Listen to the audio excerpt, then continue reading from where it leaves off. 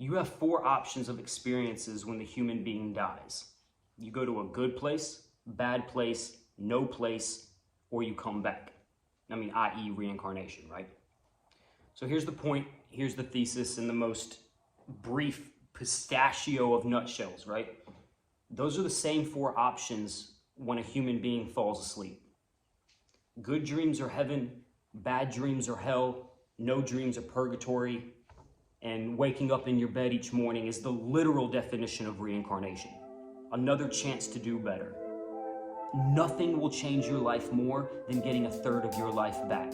That third that has no time, no pain, no physics, and finding the validity.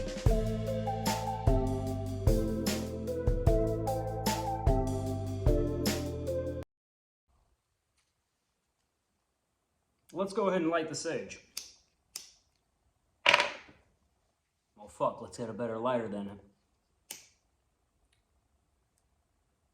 Am I pretentious yet? This really just helps me kind of center myself. And in case this reminds anybody watching of some chakra Sarah type spirituality, this is not that. And I pray that you can leave your preconceived notions at the door, because this is about to get weird. But anyway, in case this brings me up a peg and again makes me pretentious, let's go ahead and light the cigarette just to knock me back down a peg, right?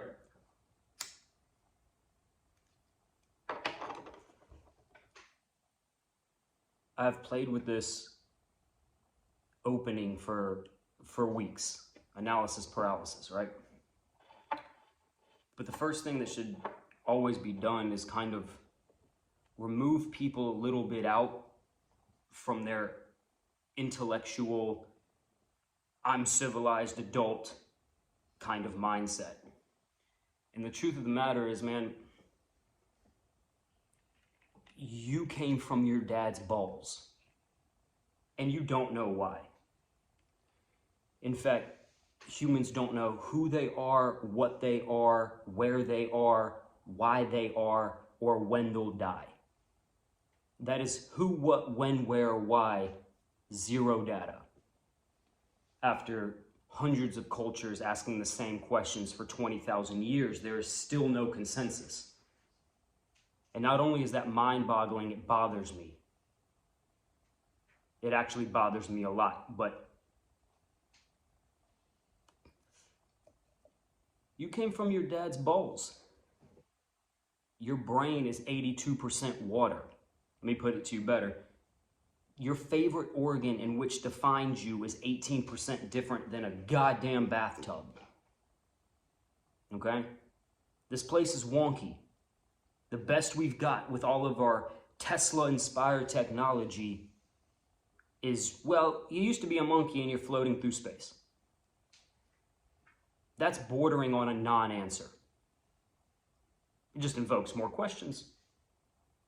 I mean, what are we doing? Have you seen a fucking giraffe? Life is weird. 30,000 species of butterflies, as if God is just hella over the top. And like I started the thesis, I'm actually going to read that quote. Got it set up right here on the MacBook. If you can listen to this next 15-minute pitch with something slightly more akin to the eyes of a child, it will make a lot more sense. Again, that intellectual Oxford propensity is just, people intellectualize things that shouldn't be. A true genius is making the craziest deep concept simple, not the simple stuff blown out of proportion on a 4-hour TED Talk. I've worked on this for about 15 years, and it took a lot to distill this into a Pixar fortune cookie. Sorry, we had a slight iPhone issue there. So I actually want to read the summary beforehand, and then I'll go free-flowing and kind of inspirational. There have only been 4 options in all of history when it comes to the afterlife.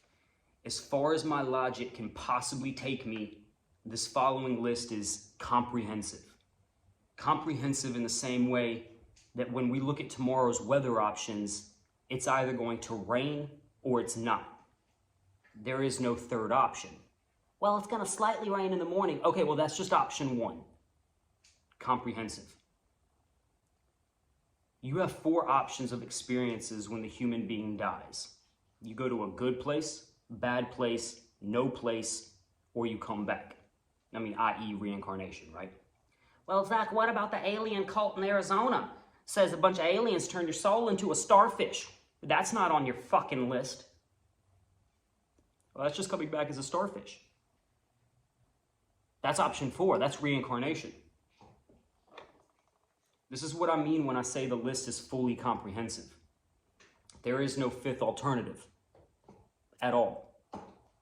So here's the point, here's the thesis in the most brief pistachio of nutshells, right?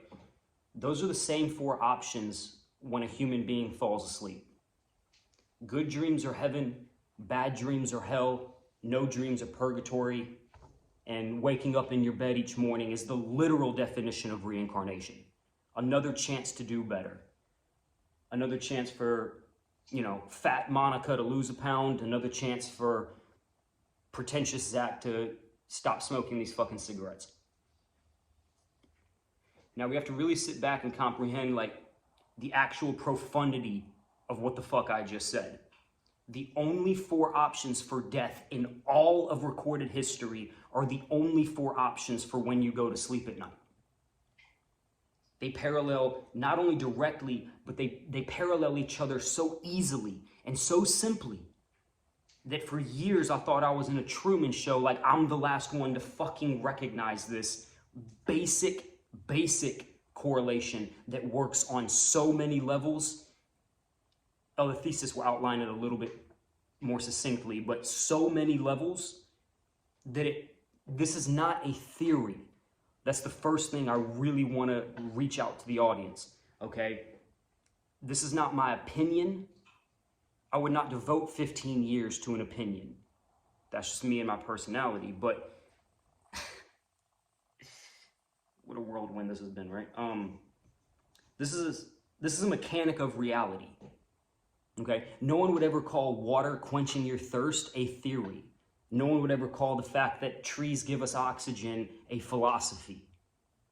Good dreams are heaven, bad dreams are hell, no dreams are purgatory. And waking up in your bed, unless you're super fucking drunk, you are picking up from where you left off with another chance to do better. Well, Zach, what do you mean by no dreams are purgatory, man? What the fuck are you talking about? You don't get any lessons, which leads to an oddly stagnated life. And we use this in popular speech. Another Monday, Bob. Another Monday, Bill. Everyone gets this weird collective deja vu when Christmas comes back around. It's like, the fuck, it's Christmas again? They're putting up trees at Target? I mean, fake-ass trees at Target, but humans, we love making fake shit and then saying there's no God. But here's an example. Lauren and Bethany both have daddy issues. Real low-hanging fruit. Real Dr. Phil shit. Freshman year psychology, right? But Stephanie is starting to put string the thoughts together, connect the dots rather. And she starts to realize, dude, I've dreamt about this fucking aardvark chasing me around my high school for, at least 6 weeks. And I'm trying to figure out what the fuck it means. And then it hits her. The aardvark hasn't been chasing her. She's been chasing the aardvark. She's been chasing daddy's approval. And again, one of the people are facing their dreams, the other one is not. Who's more likely to get the lesson quicker? And I mean that. It's so obvious. Now, of course, we're teetering into Carl Jung territory about a forced, a forced introspection with the shadow self, but there's other layers to that. I'm not just mimicking Carl Jung, it's more so that dreams mimic the afterlife, okay? And another level that it works on, dreams do take place in a world with no time, no pain, and no physics. Rarely pain. Very rarely do you feel pain in a dream. I did feel this lion bite my shoulder once. Very weird. Possibly slept wrong, you know, chicken or the egg, right? But isn't that the universal consensus on the spirit world or afterlife? No time, no pain, no physics? Can you imagine dying at 80, being in heaven for 80 years, and then celebrating your 160th birthday with whatever desert book you like? Jesus, Buddha, Krishna, Muhammad, whatever you like, right? Pain? You're gonna fall down Mount Olympus, break your ankle, and then have to go to the ER with Jesus? That doesn't make any sense, and no one conceptualizes that. The thing about this is a lot of the theory, oh, you know what? I misspoke. The part of the mechanic is that they're founded in assumptions. Some of them, right?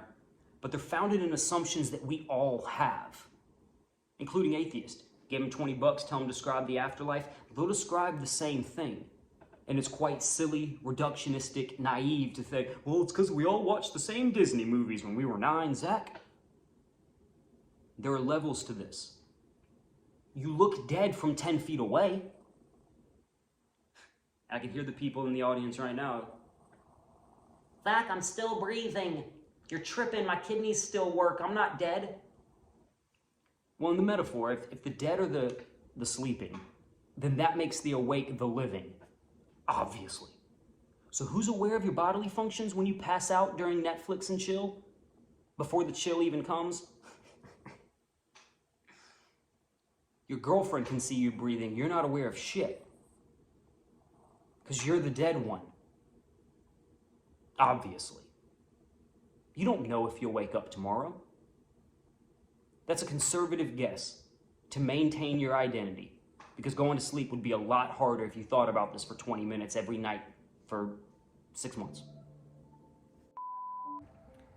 I want to have a quick, interjection right here, or I want to do a deep dive on this one thing.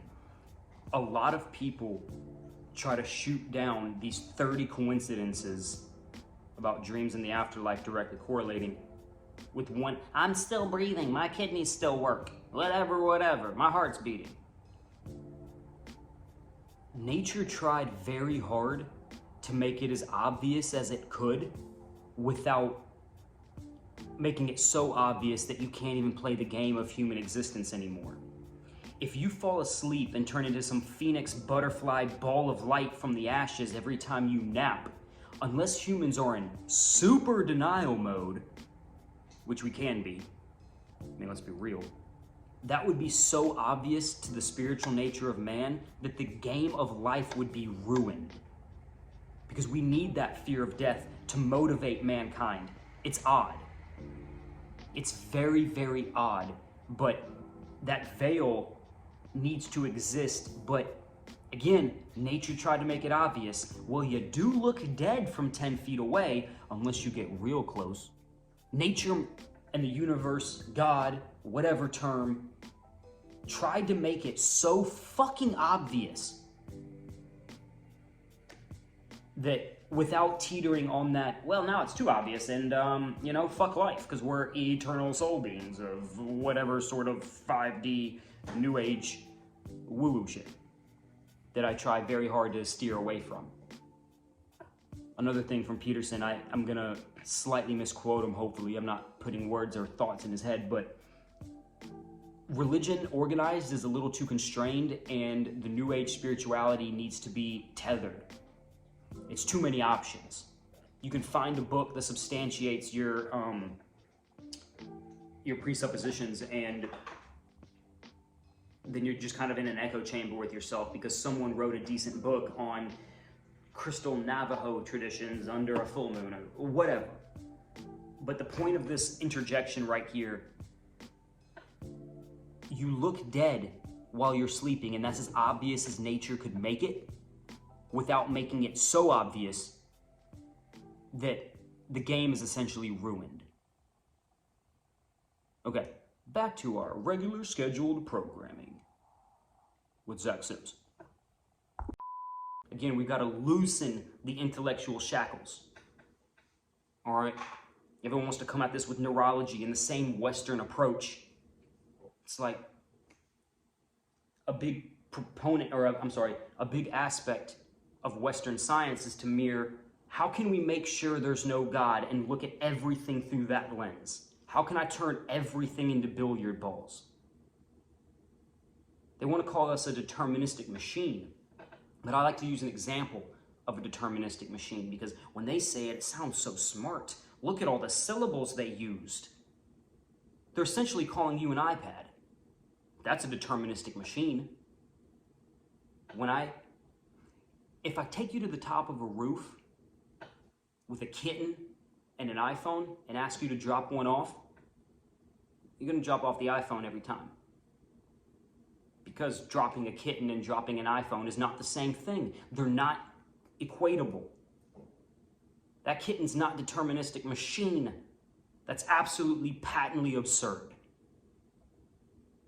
What did Jordan Peterson say? You treat everybody like they have a soul when you wave to the mailman and decide not to rob the bank. I mean, obviously barring the few psychopaths that make reality interesting. But let's get back to the thesis to make sure I'm not going off on side street. I do tend to do that. Robin Williams' brain, hence the sage. Okay? I like this title of this section. Either I'm right or you're wrong. I thought that was funny. It's like, Zack, you're tripping. Dreams are just your thoughts organizing themselves. Well, exactly, Ted. If you have a bad day, Ted, and bad thoughts about that day, Ted, you're going to organize hell, Ted. You just called it a nightmare because hell comes with some biblical connotation. You know, just a little bit too much reminiscence of the fucked up Catholic Church. And this is when I'm going to read this directly. And this was the moment I knew I was actually onto something that is blatantly more than a mere New Age woo-woo philosophy of some, crystal compassion. And to use that term again, way more of a mechanic of reality. When the Western reductionistic, atheistic types can hold hands and tango on the same dance floor as the spiritual inclined, then you're onto something. When atheists agree with my galactic sense of what dreams mean, and they're essentially saying the same thing, it's not an opinion anymore. Everybody's gonna go to sleep. Everybody has dreams. They're like, well, dreams aren't real. Funny, because everybody has them. They have real insights. And they're real fun, with real lessons. In fact, they're so real that lucid dreaming is difficult. You get fooled by that hippopotamus at your birthday party every fucking time. Tell me dreams aren't real. They take up a third of your goddamn life. Live to be 90 and you'll sleep for 30 years. And of course, you don't spend all of that time in REM, but here's where it gets tripped out. That world doesn't have time, as we already said. So, how much of your life are you really sleeping away if you're giving up access to the world with no time? Good dreams are heaven, bad dreams are hell, no dreams are purgatory because you don't get any fucking lessons.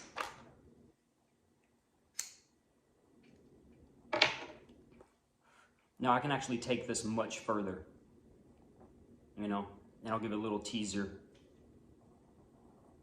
People struggle to know what life is because understanding's relative. Basic Buddhism, left to know right, boy to know girl, hot to know cold, sexy to know ugly.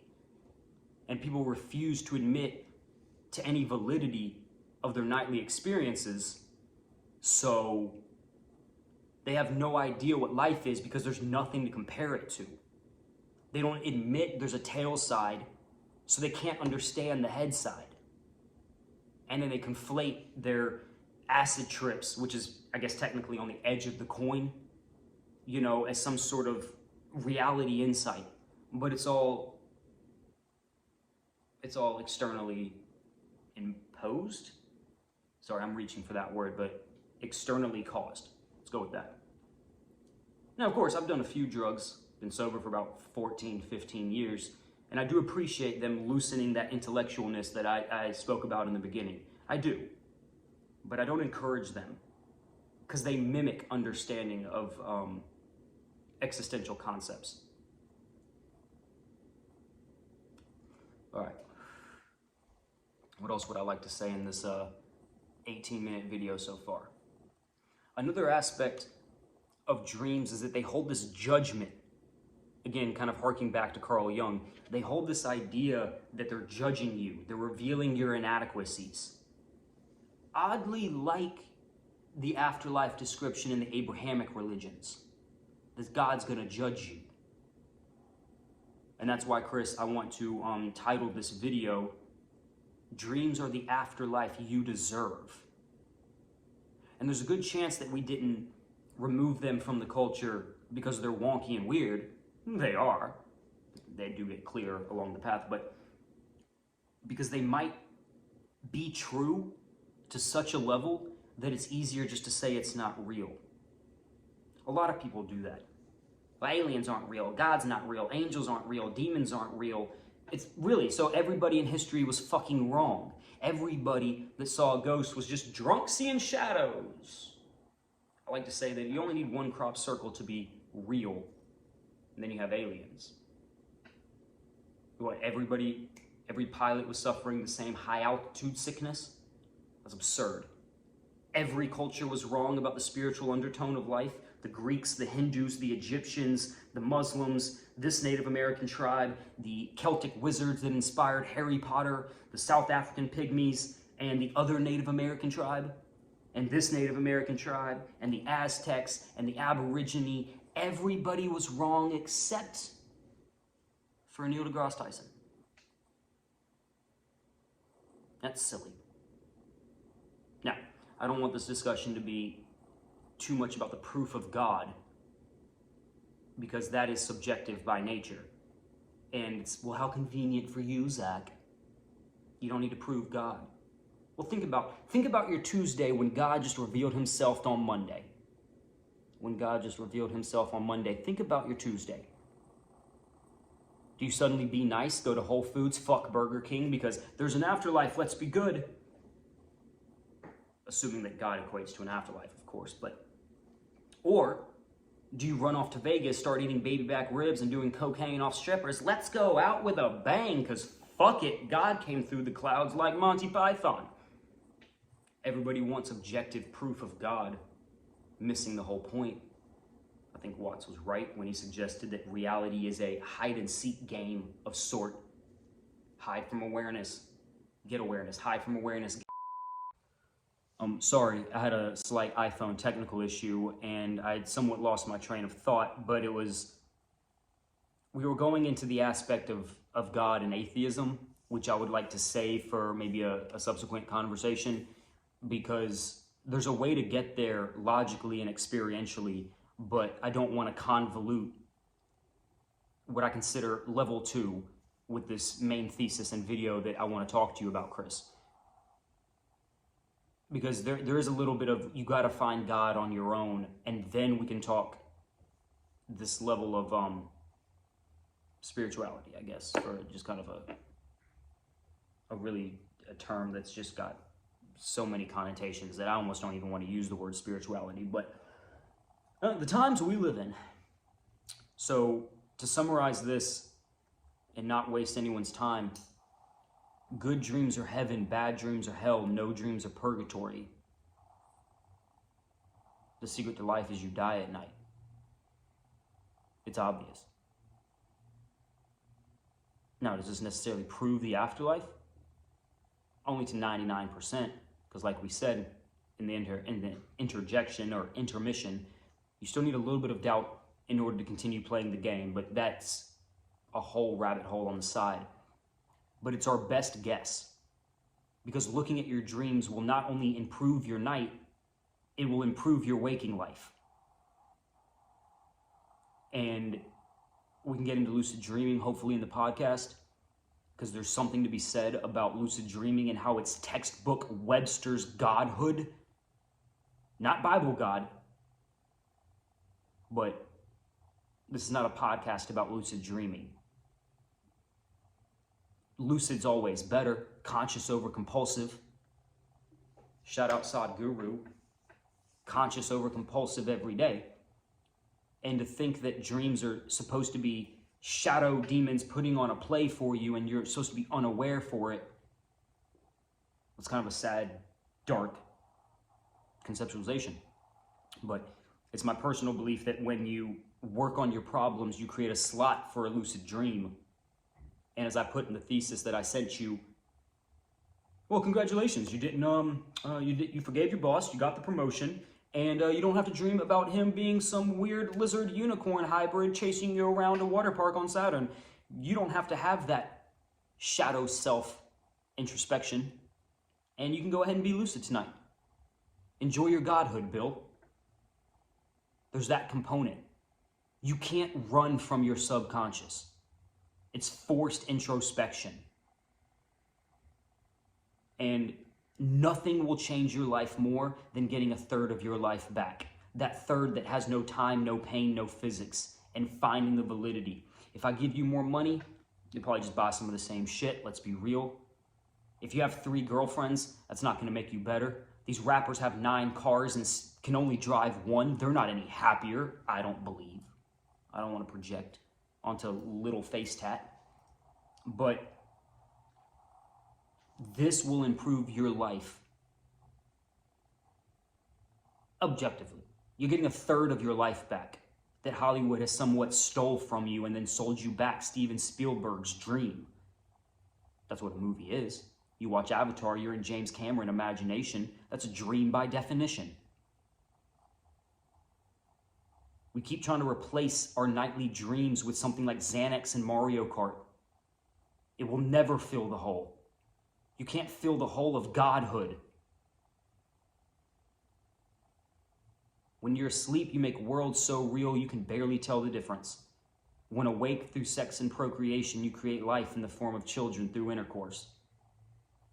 You're a god by definition.